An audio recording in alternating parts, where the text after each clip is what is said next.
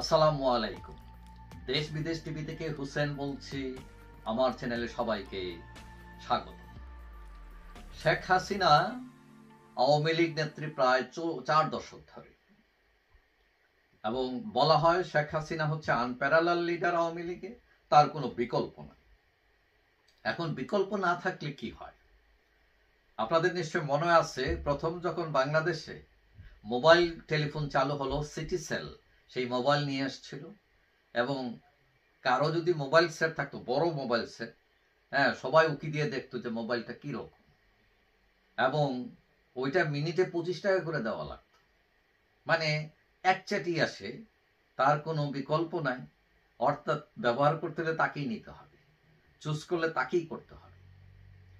এখন রাজনীতিতে, আওয়ামী লীগ রাজনীতিতে শেখ হাসিনা হয়ে গেছেন সিটি সেলের সেই মোবাইলের মতো, বিকল্প নাই।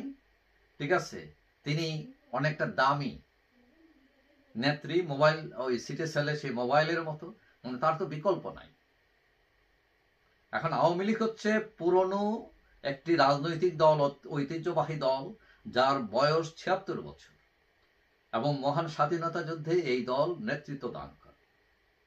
এখন বিগত 15 বছরের শাসনে আওয়ামী লীগ বা শেখ হাসিনা দেশের অনেক উন্নয়ন করলেও জোর করে ক্ষমতায় থাকার কারণে তাকে এখন কেউ কেউ হিটলার মনে করে।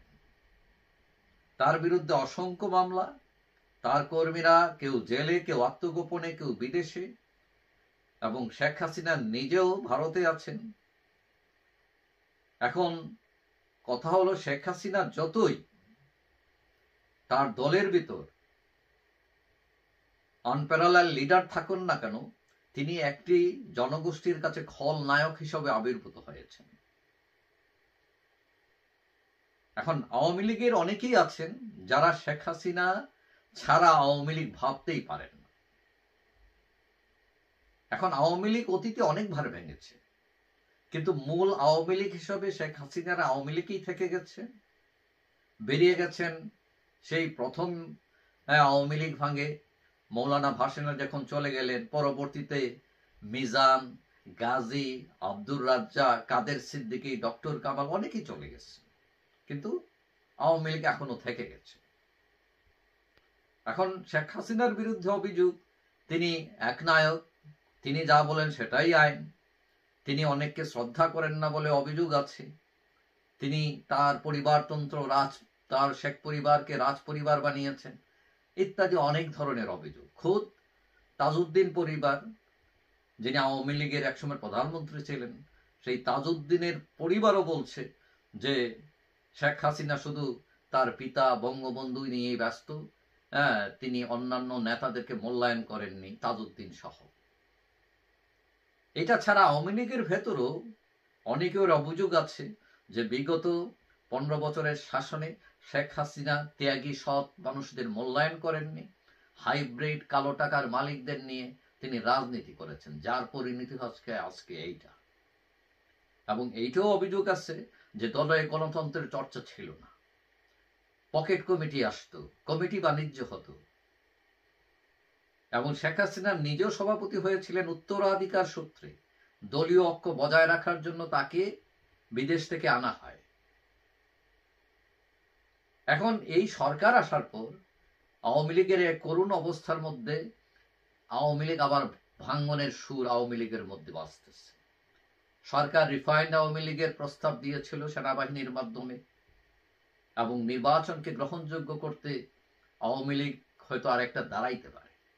এটা ফেক আওয়ামী লীগ হোক, বিকল্প আওয়ামী লীগ হোক, যে আওয়ামী লীগ হোক, এখন সত্য হচ্ছে শেখ হাসিনার নামে অনেক অভিযোগ থাকলেও দলের ভিতর তিনি এখনো জনপ্রিয়।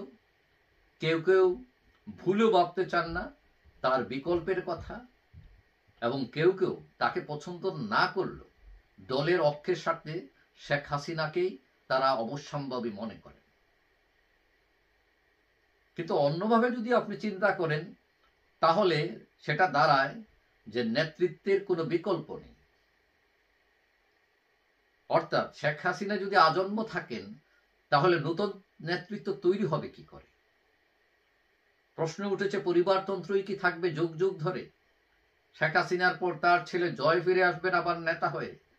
তাহলে যারা দিনের পর দিন, বছরের পর বছর, যুগের পর যুগ কষ্ট করলো, ত্যাগ স্বীকার করলো, তারা কখনোই কেউ সভাপতি হতে পারবে না। অভিযোগ আছে শেখ হাসিনা নিজে তার কোনো বিকল্প তৈরি করেননি বিগত 4 দশকে, অথবা তিনি তার বিকল্প তৈরি করতে দেননি।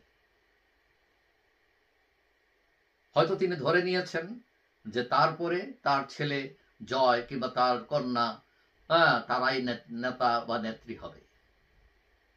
কিন্তু এই ধারণা এখন বদলাইতে পারে, কারণ রাজনীতিতে নতুন প্রজন্ম এসেছে, তারা সংযুক্ত হয়েছে, তারা সেই পুরনো মানধাত্য আমলে অচস সভাপতি হওয়ার পদ্ধতি মানবে কিনা এটা নিয়ে প্রশ্ন উঠেছে।